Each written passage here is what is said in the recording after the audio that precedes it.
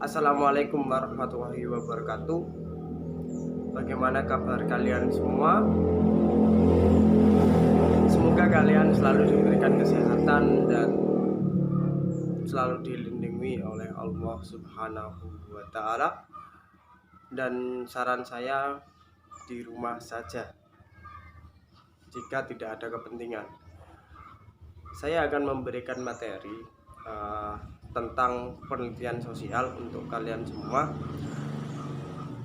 Ringkas saja ya, karena nanti kalian bisa belajar dengan referensi-referensi lain dan dari buku-buku lain.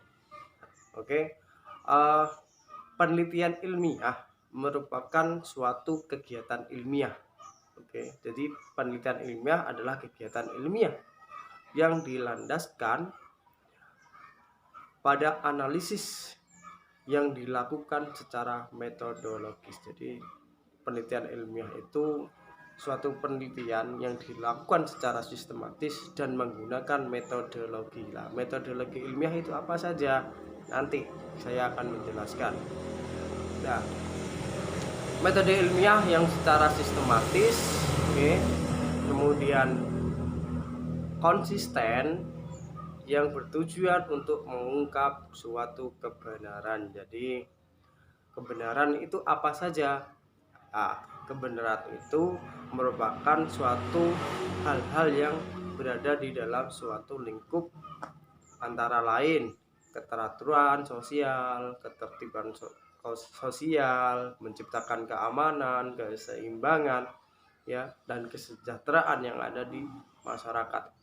Hal-hal yang berkaitan tentang masyarakat atau hal-hal yang berkaitan dengan manusia, yang itu bisa digunakan untuk meneliti suatu problematika. Nah, itu bisa dipakai untuk penelitian sosial atau penelitian ilmiah. Oke, seperti itulah. Sebagai kegiatan ilmiah itu, penelitian sosial memiliki ciri-ciri sebagai berikut. Antara lain, satu, sistematis, ya. Artinya bahwa sistematis itu tersusun secara teratur, berurutan, dan lain sebagainya. Itu sistematis. Yang kedua adalah logis, jadi menggunakan suatu bahasa-bahasa secara teratur, masuk akal, logika, dengan kebenaran dan lain sebagainya. Itu yang disebut dengan logis. Yang ketiga adalah empiris. Jadi empiris itu diperoleh dengan pengalaman, pengamatan, dan lain sebagainya. Empat adalah metodis. Metodis ini berdasarkan metode yang kebenarannya diakui oleh penalaran. Jadi ada suatu metode ilmiah. Yang kelima adalah bersifat umum, artinya menggeneralisasi, meliputi semuanya serta menyangkut yang khusus saja. Jadi tidak menyangkut yang khusus saja, tidak menyangkut yang khusus saja. Yang terakhir adalah akumulatif, artinya bertambah terus. Jadi ketika kamu meneliti, biasanya penelitian itu sudah diteliti orang lain, atau mungkin kamu meneliti baru pertama kali meneliti itu. Bisa jadi penelitian kamu nanti akan dikembangkan oleh penelitian lain dari orang lain. Pokoknya intinya akumulatif, jadi saling terus, penelitian itu dilakukan terus menerus. Oke, itu ciri-ciri metode penelitian ilmiah ilmu sosial. Jadi tadi sistematis, 2 logis, 4 empiris, yang keempat metodis, yang kelima bersifat umum, yang terakhir adalah akumulatif. Seperti itu. Nah, jadi itu merupakan suatu pengertian penelitian ilmiah dan ciri-ciri penelitian ilmiah. Kemudian jenis-jenis penelitian sosial meliputi, kalau dilihat dari tujuannya, antara lain, satu, penelitian ilmiah bersifat eksploratif. Jadi menggali semua yang terjadi di suatu yang belum ada di dalam suatu masyarakat. Misalnya penelitian tentang penyebab bubarnya partai politik. Ini kan menggali kenapa kok partai politik ini digali, ya apa, kenapa partai politik ini bubar. Nah, ini kamu gali, explore, kamu mencari tahu semuanya, kemudian kamu teliti. Nah, akhirnya kamu nanti akan menemukan, oh ini asal mula bubarnya partai politik, misalnya seperti itu. Jadi eksploratif, penelitian eksploratif. Yang kedua adalah penelitian pengembangan. Jadi penelitian ini bertujuan untuk mengembangkan atau memperluas dan menggali lebih dalam sebuah teori yang dimiliki atau ilmu-ilmu lain. Misalnya adalah ketika misalnya adalah teknologi. Ya, teknologi itu dari dulu kan kamu coba amati. Teknologi dulu HP belum ada yang punya kamera, belum memiliki musik, masih layarnya masih kuning dan lain sebagainya. Itu dikembangkan, diteliti lebih lanjut dan lain sebagainya. Akhirnya sampai sekarang timbul HP baru dengan kapasitas ukuran yang tinggi, kemudian kameranya ada 4 dan layarnya lebar dan lain sebagainya. Lah itu hasil dari pengembangan suatu metode ilmiah dari pengembangan, dari penelitian pengembangan. Nah, itu yang bersifat tujuan dilihat dari tujuan. Yang ketiga adalah verifikatif. Jadi memverifikasi dari pengujian suatu teori. Nah, ini jadi diuji lagi, diverifikasi lagi, apakah betul kira-kira penelitian kemarin ini seperti ini. Kemudian digali lagi. Nah, ini verifikatif. Yang keempat adalah eksplanatif. Jadi bertujuan untuk menemukan penjelasan tentang mengapa suatu kejadian atau gejala terjadi. Jadi kenapa sih kok ada suatu problem di sini. Nah, ini eksplanatif. Jadi hampir sama sebenarnya, cuma beda. Kalau explore kamu menggali dari asal muasal, kalau eksplanatif kamu menggali suatu problematik yang ada di suatu wilayah. Misalnya tentang hubungan antara interaksi keluarga dengan kenakalan anak, mungkin seperti itulah. Ini kan kamu mengeksplanasikan penelitian. Kemudian yang terakhir adalah penelitian yang bersifat deskriptif. Jadi penelitian ini kamu mendeskripsikan, memberikan gambaran yang lebih detail mengenai gejala dan fenomena sosial yang ada di yang kamu teliti.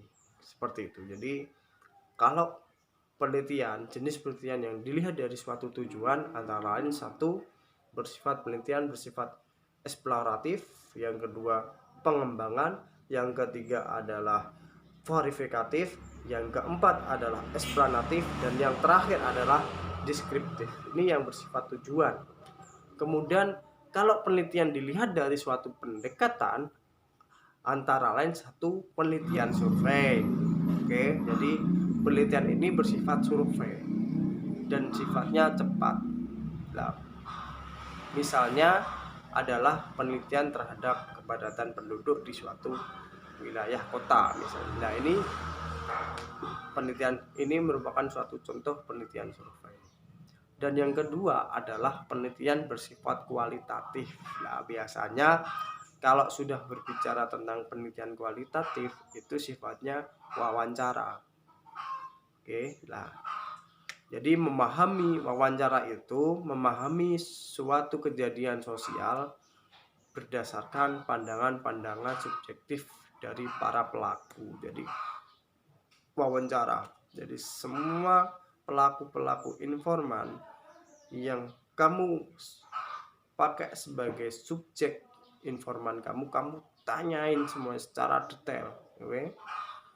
Akhirnya kamu menemukan suatu kesimpulan dari suatu penelitian itu. Misalnya penelitian terhadap peranan pemuda di desa di desa A. Nah, itu jadi kamu teliti peranan pemuda di desa tersebut apa sih.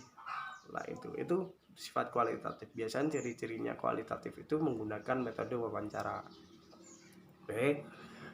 Yang ketiga adalah konten analisis. Jadi penelitian yang dilakukan dengan maksud menggali isi dan maksud pesan-pesan yang terkandung pada bahan-bahan atau sumber tertentu.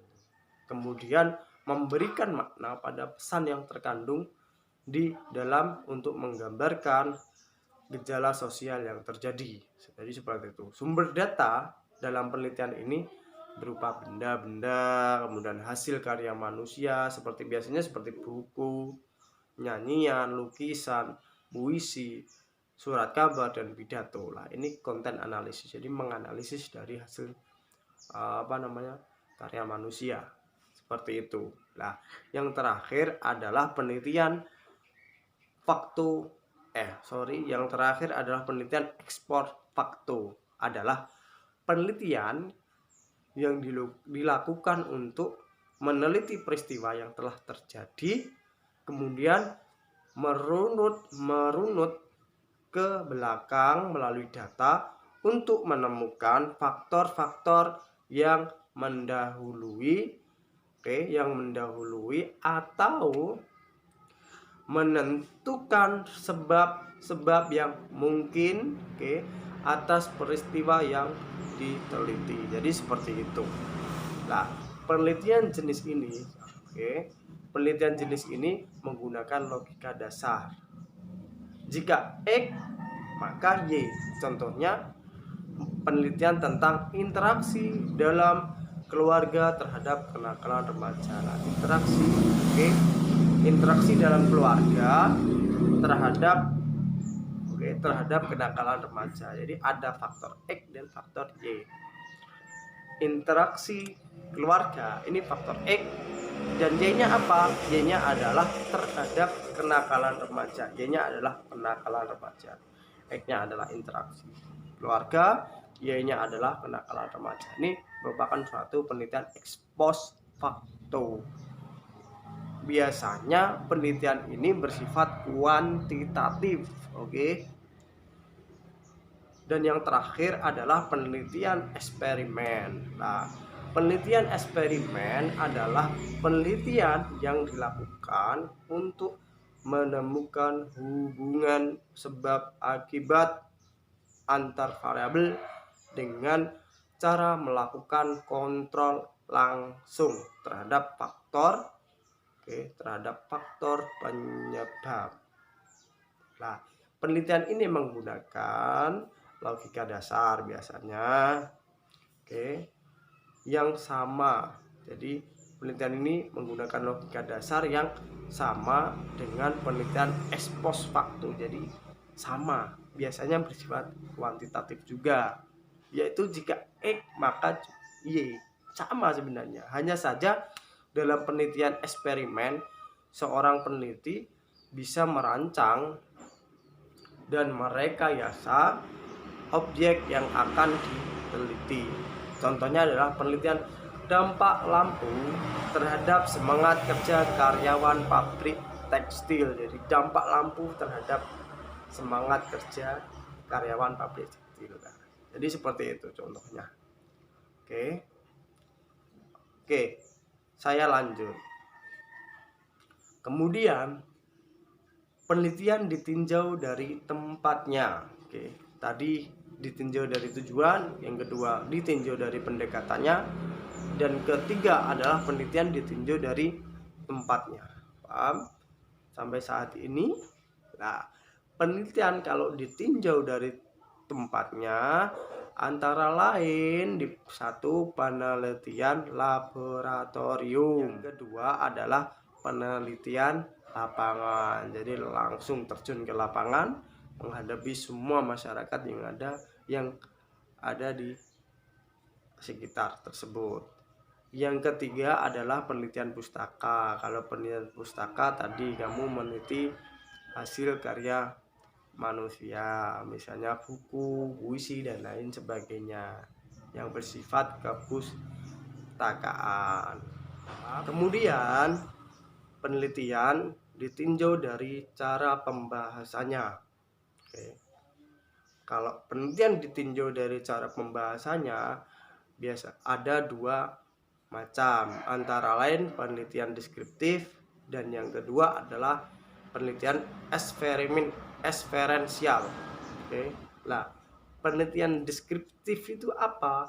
Yaitu penelitian yang memaparkan, melukiskan, kemudian menuliskan, memaparkan, melukiskan, menuliskan, dan melaporkan suatu keadaan, objek atau peristiwa secara jelas dan apa adanya. Jadi semua digambarkan, ditulis dari hasil penelitian kamu. Nah, penelitian deskriptif bertujuan untuk eksplorasi, jadi menggali tadi dan klarifikasi mengenai gejala dan kenyataan sosial dengan cara mendeskripsikan sejumlah variabel yang berhubungan antar variabel yang ada dan tidak melakukan pembuktian hipotesis. Jadi tidak ada yang namanya hipotesis serta tidak menemukan teori baru. Jadi kalau deskriptif itu tidak menggunakan hipotesis atau pengujian dari dan menemukan suatu teori baru. Karena biasanya penelitian deskriptif ini bersifat kualitatif. Yang kedua adalah penelitian eksperensial. Jadi penelitian ini tidak hanya menggambarkan dan melukiskan sebuah peristiwa, tetapi juga menggeneralisasi atau menarik kesimpulan umum dari masalah yang diteliti. Ini eksperensial. Kemudian penelitian ditinjau dari dimensi waktu. Nah, kalau ditinjau dari dimensi waktu, penelitian juga dibedakan menjadi dua, antara lain cross seksional dan yang kedua adalah penelitian longitudinal. Nah, penelitian longitudinal adalah penelitian yang dilakukan lebih dari 2 kali penelitian dengan topik atau gejala yang penelitian berdasarkan manfaatnya. Kalau penelitian berdasarkan manfaatnya antara lain penelitian murni dan yang kedua penelitian terapan. Nah, penelitian murni yang manfaatnya dirasakan yang manfaatnya dirasakan untuk waktu yang lama dan biasanya hanya dirasakan bagi peneliti sendiri. Itu penelitian murni. Kemudian kalau penelitian terapan, yang manfaat penelitian dapat dirasakan oleh berbagai kalangan. Ini terapan. Kemudian yang terakhir adalah penelitian ditinjau dari bidang ilmu.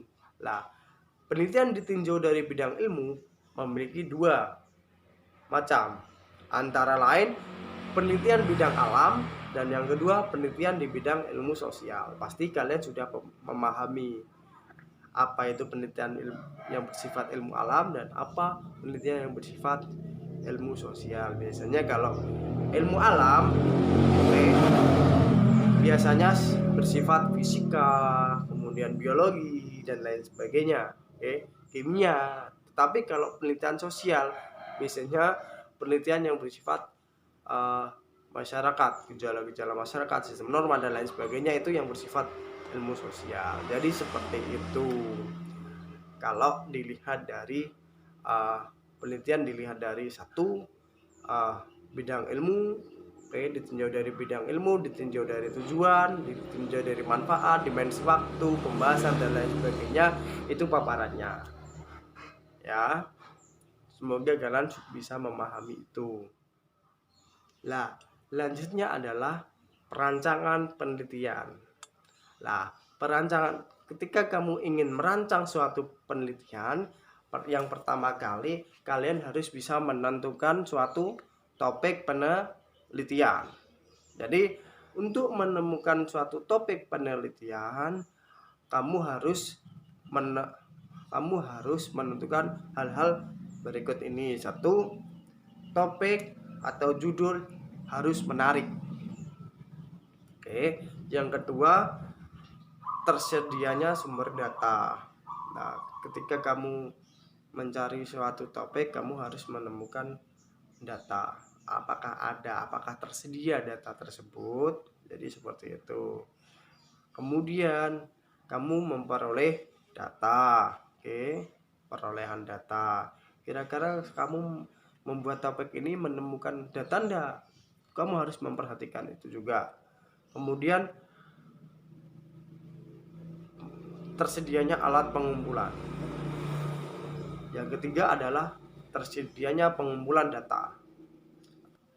Jadi kira-kira ada enggak, tersedia enggak alat tersebut untuk saya teliti?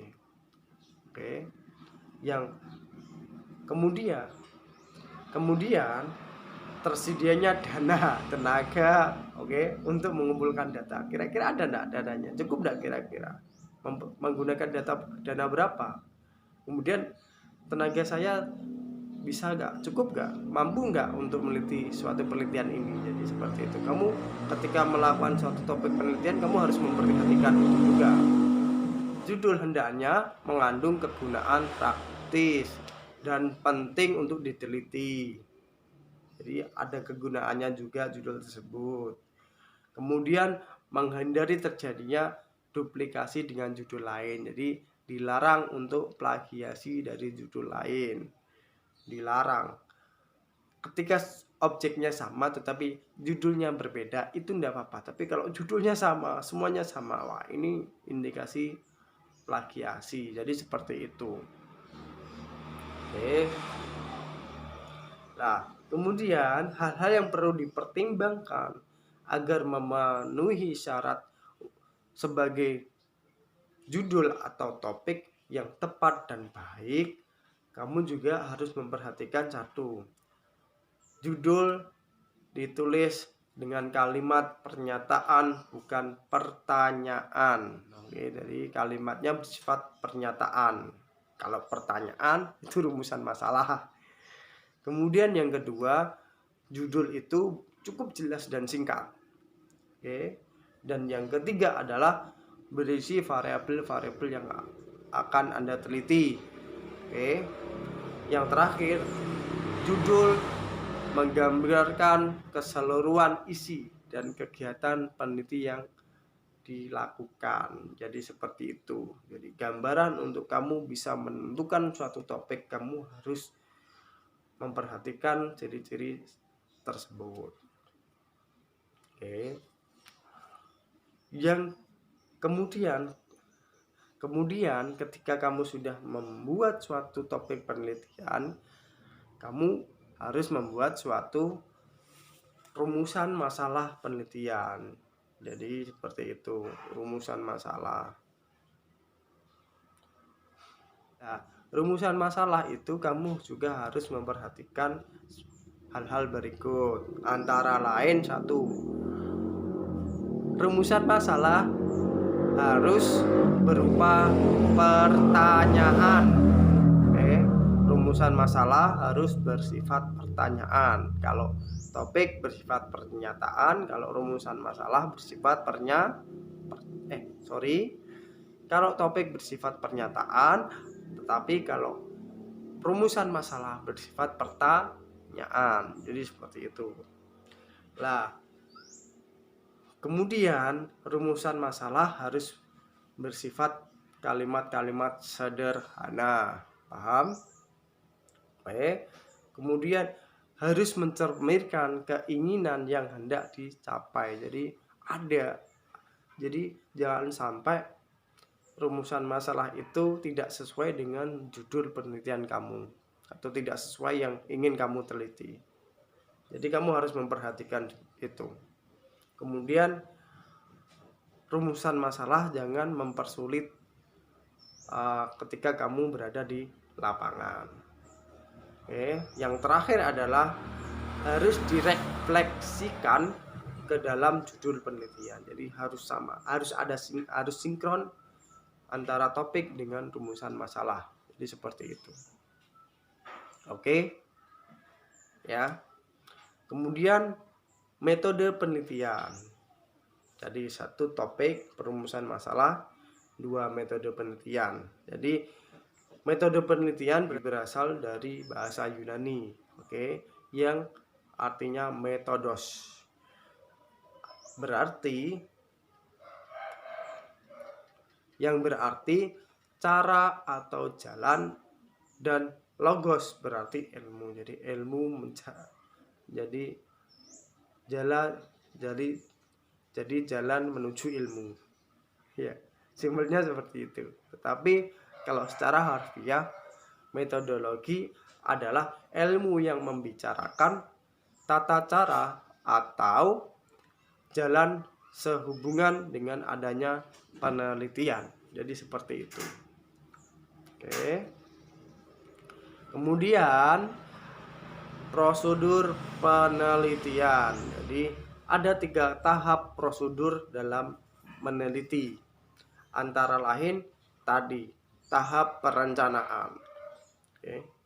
Tahap perencanaan yaitu tahap di mana sebuah penelitian dipersiapkan. Yang kedua, tahap pelaksanaan. Jadi ada perencanaan dan ada pelaksanaan. Nah, tahap pelaksanaan ini merupakan sebuah tahap di mana sebuah penelitian sudah dilaksanakan. Oke, jadi tahap ini meliputi pengumpulan data, analisis data, penarikan kesimpulan dan lain sebagainya. Tadi kalau tahap perencanaan antara lain kamu harus tadi memahami judul, membuat latar belakang, membuat hipotesis dan lain sebagainya. Itu perencanaan.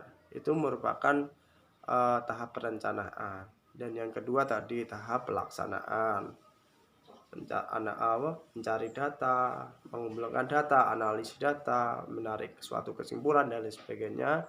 Itu merupakan suatu tahap pelaksanaan.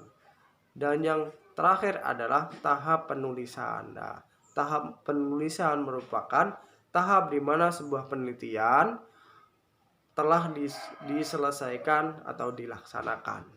Oke, jadi seperti itulah.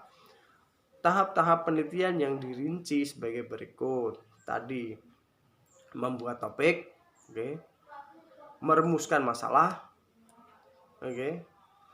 Melakukan studi kepustakaan, merumuskan hipotesis, terus menentukan rancangan penelitian, mengumpulkan data, mengolah dan menyajikan informasi, menganalisis data atau menginterpretasikan, terus menghimpun kesimpulan dari generalisasi tadi dari semuanya, kemudian kamu tarik kesimpulannya, dan yang terakhir membuat laporan.